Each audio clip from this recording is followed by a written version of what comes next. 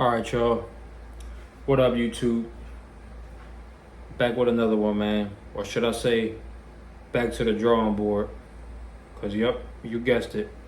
If you read the title, and you already know what this video is about, you already know who's going to be the star of this show, man.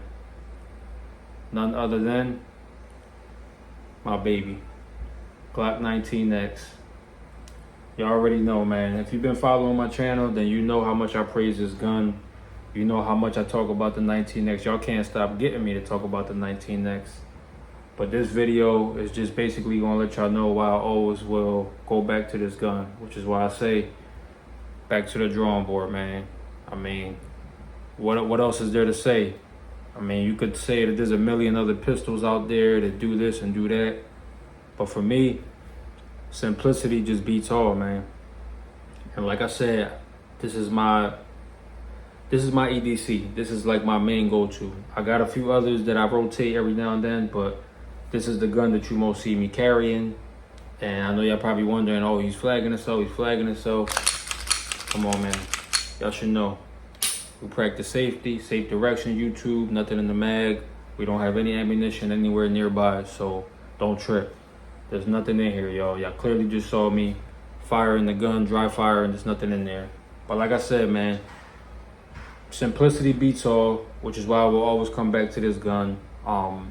It's never let me down.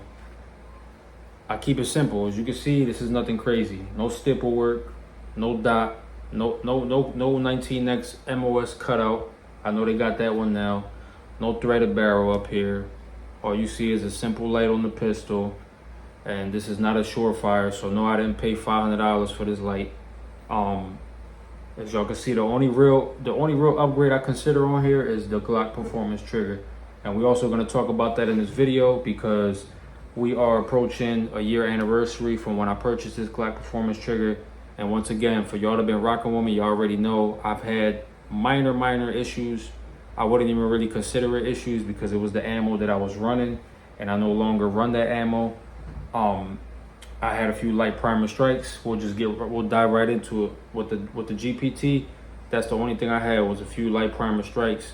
So I went back to the drawing board when I had those issues. That was probably like sometime the end of last year or the beginning of this year when that happened. I think it was my second time going to the range with this gun, with the GPT on it, that I had the issues. The first time it performed flawlessly. I had a bunch of different rounds of ammo, ran through it, no issues. It was the second trip that I had the issues with the GPT. But as you can see, I still got it on there, which means that, you know, we succeeded. We worked out the tweaks. It was just that one and only issue. Never had issues again since that time when that happened. Everything has been flawless since then. I've ran pretty much all types of different ammo you could think of through this gun, man. I cannot get this gun to fail. Even with the Glock performance trigger, all I did was I took it home. The gun hadn't been clean ever prior to me even getting the trigger. I've never cleaned the gun since I had it. Mind you, when I bought the trigger, I already had this gun for about 2 years. So a lot of people were telling me to clean the gun because it could be just, you know, dirt, you know, just build up. So that's exactly what I did. I came home, I broke the gun down. The gun already had, excuse me, y'all, the gun already had about 2,500 rounds ran through it, probably a little more, give or take. I'm actually being nice on that. I ran the crap out of this gun when I first bought it. Granted, that was when ammo prices were a little bit better a few years back before all the craziness. Y'all know what I'm talking about. I was able to go to a range session and be able to easily fire 500 rounds through this with no issues without breaking the bank. Obviously, times are not like that now, so I've had to down those numbers in the last couple years. So yes, I had ran the crap out of this gun, needless to say, prior to me getting the GPT. So the gun was already dirty. So like I said, I cleaned it out, took it apart, broke it down, oiled up the trigger, oiled up all the metals. Since then, I have not had any issues, and I have been cleaning this gun a little more often since then, just because I'm trying to get in tune with it. And I know people say, oh, you know, Glocks can run, and that's cool and all. I do believe that you can run these through the dirt. I mean, I've heard people saying they've ran 10,000 rounds through their Glocks without cleaning them. That's cool, man.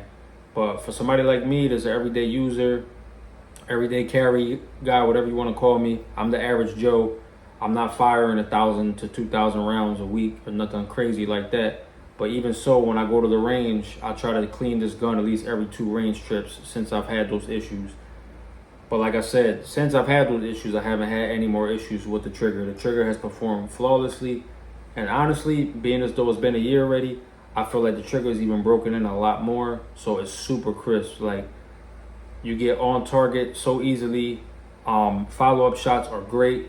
After shooting 10 millimeter, I feel like 10 millimeter has also helped with me being able to handle 9 millimeter with ease. For me, shooting this now is like a 22 after shooting 10 millimeter for a couple of months now. So that's also helped me out with being able to be a better shooter with this gun and actually wanting to practice with this more, being as though this is my EDC. You know, this is my go-to for my EDC out of all the firearms that I own. So the trigger has broken in well. It's great. Like, I'll just show you a quick example of what I mean. So I don't know why people talk down on this trigger, but there's your wall right there. If you know Glocks, then you know it takes a little bit of time to get to that wall. And I'm doing it over and over so you can see exactly what I mean. Look at that. A little bit of take up, a little bit. And there's your break. And then for your reset, we get a little bit of creep back to the wall. Tactile, you hear that click every time. And then an immediate break. So I'm gonna do that one more time for y'all. Little bit of take up. There's your wall. Creep. There's your tactile reset. And then an immediate break.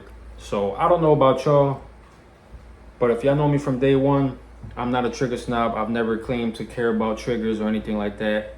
I only bought this because Glock, it was OEM. You know, Glock made the trigger, Glock performance trigger. So that really sold me. I don't really like aftermarket stuff because I've seen the nightmares that people go through. I just told y'all about the minor issues I had, and this is an OEM trigger made for this gun, made for Glocks. So I just wouldn't even want to spend $200 or $300 on a trigger job only to have more issues with the striker and the firing pin. And I've seen all the nightmares about people having to change things out like that. Some people don't. Some people might get lucky. But for the most part, I see more problems with people adding aftermarket parts than no problems, which is why I try to keep a minimum with this gun as far as, you know, adding things and stuff like that. But I only went with this trigger, like I said, because Glock made it as OEM. And at the end of the day, I do like the flat face design. It doesn't look flat face. It looks, from far away, it looks kind of typical like the curved Glock trigger. I never mind the curved Glock trigger, but I just like that little bit of that flat face design. For me, that's one of the things that sold me, aside from it being made directly from Glock. You know, OEM performance trigger, you couldn't go wrong for it. Couldn't go wrong with it, and I did not break the bank. This trigger was very cheap. If you've done your research, then you know the Glock performance trigger is gonna beat a lot of the other Timoneys and the Pyramid triggers, and, you know, even the Johnny Glocks. I mean, his triggers are great, but for the average person like me, we don't want to spend $250 to $300 on a trigger job. You know, it's my everyday carry. I'm not trying to make this gun into a staccato or anything like that. Just wanted something that basically I can just take to the range to train with it, get some follow-up shots, nothing too light, just a perfect break. Like, I feel like this trigger has the perfect break, the perfect amount of pressure to pull that trigger. You know, I feel like it's perfect for what I need it for. Some people might not agree with me, but hey, I'm not here to make any of you agree with me. I'm just giving you my opinion on my experience with these things, and you do what you want with that information, you know. And YouTube knows this best. I'm never promoting the sales of anything on my channel. Just showing y'all what's out there, showing y'all the options. Like I said, y'all do what y'all want with the information that I'm giving y'all. But overall, like I said, the trigger's been great. The gun's been great. You know, I'm going on 3 years of ownership with the gun. Like I said, about a year with the trigger. And as you can see, look, I've never done much to this gun. Little cheap Amazon back plate there. Nothing crazy. Like I said, got the old light on there. For the average Joe, the Glock 19X is going to be perfect. For somebody who doesn't mind carrying a full-size grip with a compact size slide.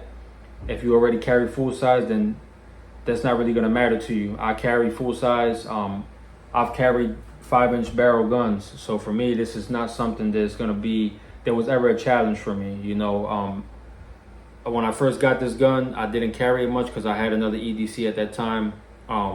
Needless to say, but once I got around to really learning this gun and taking it to the range and understanding it, shooting it, you know, getting the feel for this gun is very accurate, which is why, like, I've had ideas of doing things with it. I know before I've said that I wouldn't put a dot on it. That still stands. I want to be able to do something to it. You know, I got plans for it, but I don't want to do much to it. You know, like, I have plans for it, but I also don't want to do too much. So I'm kind of like in between decisions right now. I'm either contemplating getting the Radiant Ram Jet, and I know that's a pricey attachment, but I've seen what it could do, and I really like the fact that it makes the gun shoot even flatter. I thought it was a gimmick, but I've seen a lot of people shooting it. I've seen a few people complain about it, but I've seen more good than bad. And honestly, you won't know until you get it yourself. Just like with anything else, everybody's experience is going to be different, because it was between that and porting it. I was going to send the slide out to get milled and get ported, but I'm thinking to myself, do I really need the dot? You know, do I really need to do all that? I was going to get the serrations done on it, front serrations, top serrations, but I don't know, man. Every time I think about doing it, I just look at the gun and I just feel like out of the box it's just perfect, man. Me personally, this is my opinion. I feel like you don't need to do any of that stuff. It comes with the steel sights right out of the box, night sights. I feel like these sights are perfect. Once you get used to lining them up, you're literally going to hit your target wherever you point, as if you have a dot on here. And only people who really understand the 19X are going to understand what I'm saying. You know, you don't need to put a dot on here. So it was between either milling the slide and getting all the attachments done, like I said, or just putting the Ram Jet on here and calling it a day. Because since it's my carry, you know, obviously I want to do stuff to it, but I also want to keep it minimum, and I don't want to overdo it. You know, only time will tell. I'll let you guys know, you know, from here on out. If I end up pulling the trigger on one, you guys will be the first to know, obviously. You know, I'll update you guys. But all in all, man, even if you don't do anything and you was to just get this gun out the box and just leave it like this, you really don't need the MOS version unless you plan on putting a suppressor or you're going to put an optic on it. But if you're not planning on doing anything like that, you just want the gun to shoot it, this is all you need right here, man. And I'll tell you this over and over again. My opinion will not change on this gun. This will probably be like the third or fourth review I've done on this gun. I'm always back to the drawing board, back to basics. No matter what I shoot, I always resort back to this gun. Because for me, it's the best gun for me, man. I really love the 19X, and like I said, as of right now, I have yet to see a gun to knock this out of #1 spot.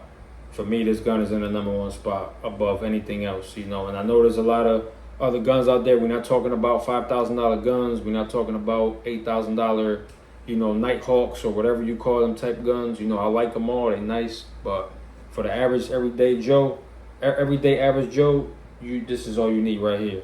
You'll be good with something like this. All right, y'all. So I probably made the video longer than I thought I was going to make it, man. I'm going to end it right here. If y'all want to know anything else, you already know, man. Hit me up in the comments. Let me know what's up. Hit the like button. Otherwise, I'm going to catch you on the next one, man. Y'all be safe out there.